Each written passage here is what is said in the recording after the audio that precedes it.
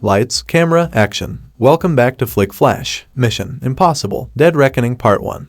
The 8th film in Tom Cruise's acclaimed series is scheduled for release on July 14, 2023. The teaser trailer for the movie teased huge things to come as Ethan Hunt's IMF squad once more faced a formidable adversary. It's vital to keep in mind the most crucial storyline developments thus far because the franchise has already produced 6 movies. While individual films may be enjoyed on their own, audiences should always be aware of basic plot cycles and patterns. A Mission Impossible review is required, whether it is about Ethan's romantic relationships with Julia and Ilsa or Solomon Lane's dealings with the Syndicate. IMF is in charge of preventing global disasters. The Impossible Mission Force, an autonomous spy outfit that the US government retains in its payroll, is important to the series' plot, since the IMF is regarded as a dangerous organization that the government may at any time sever links with. It is not technically speaking a member of the government. The IMF is primarily in charge of duties that are outside the purview of the FBI and CIA, and the identities of its operatives are mostly kept a secret from many government officials. As a senior agent who has advanced through the ranks of the IMF, Ethan Hunt's function in the series is closely related to the organization.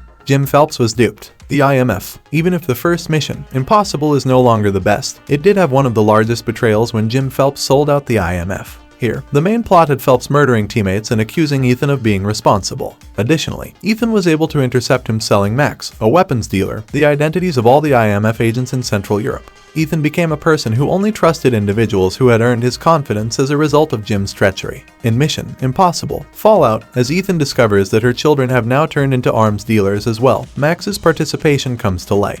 The IMF views Ethan as both an asset and a liability. The idea of Ethan being questioned by the IMF itself appears in some of the most finest Mission Impossible films to date. He is viewed by the organization as a rebel who disobeys directions and goes against the grain.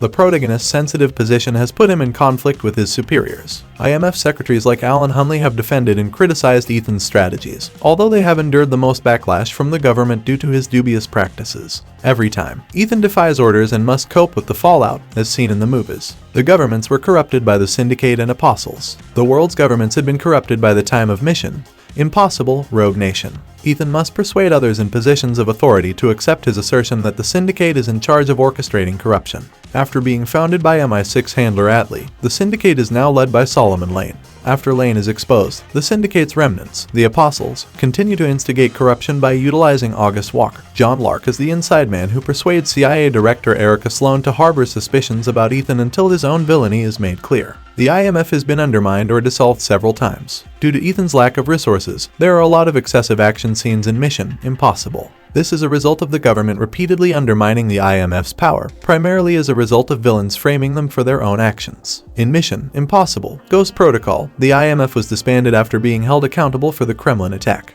In Mission Impossible: Rogue Nation, Alan Hunley persuaded the CIA to incorporate the IMF, further undermining the organization. Ethan cannot maintain his private life. In terms of personal arcs, Ethan's struggle stems from his failure to maintain his sense of reality due to his hero complex. Due to how frequently the bad guys have come dangerously close to triggering global catastrophes, Ethan doesn't think anybody else can stand up to save the world as he has. Ethan tried to settle down, but it didn't work out. In Mission Impossible 3, he married Julia Mead, but they got a divorce before Mission Impossible: Rogue Nation since he couldn't ensure her safety. Since then, Ethan's life has mainly revolved on the tasks he completes for the IMF. Ilsa Faust requests MI6 clearance for her. The mystery presented by Ilsa Faust's portrayal has increased interest in the Mission Impossible films since her arrival. She gave off the impression of being a villain at first, but it came out that she was an MI6 operative who took the brunt of Solomon Lane's decision to convert the Syndicate into a terrorist organization. In order to be cleared of any charges related to her involvement with the IMF, Ilsa had to demonstrate her commitment to the MI6 in Mission Impossible: Fallout, where her story continued.